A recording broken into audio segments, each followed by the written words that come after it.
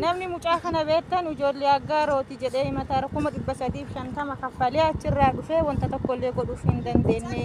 ji'a tokko ga'e urgasaniiti dalagaa urgaseeniiti ji'a tokkoo fi urga dhufee ji'a tokko mana jedheera waan jettani warroonni jimmaa ijoollee jimmaatti na fakkaata aggaarooti sheer koppiliingi godhaafi taaksii kan 200 dirham ነው በድጋሚ ደግሞ ይወስም 100 ብቻ ከዛ ቆርጬ ከገንዘቤ ከደሞዜ እንዳይቆራጥ እንደዛ ይሻላል እርግጠኛ ከሆንኩ ልጁ ማይበላ አይበላ bii kan keessa qoye aggaaroo qatamuma keessa maqaa kan kee haga guutuu himadhu shimallistaama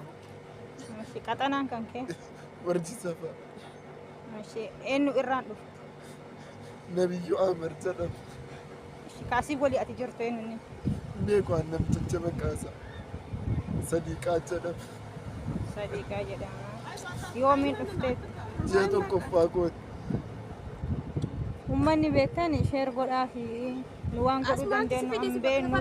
nama namadaamii jira nama namadaamii keessa jirra sheer godhaa biizaan isaa ji'a tokko bichaa ga'eera biizaa fi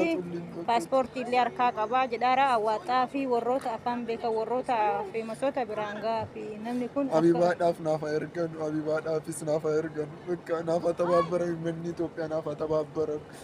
bakka na tabaabara iddoo hojii akkan galu na gorchisiisa Itoophiyaa galuu barbaada miti Itoophiyaa galuun barbaada hojii galuun bichaan barbaada himadhu yaada ismuun isa kanan jedha bakka na dhoobatee asitti na hambisiisa amma waa nyaatte amma na yeelamte allaala hijamti maxxaadha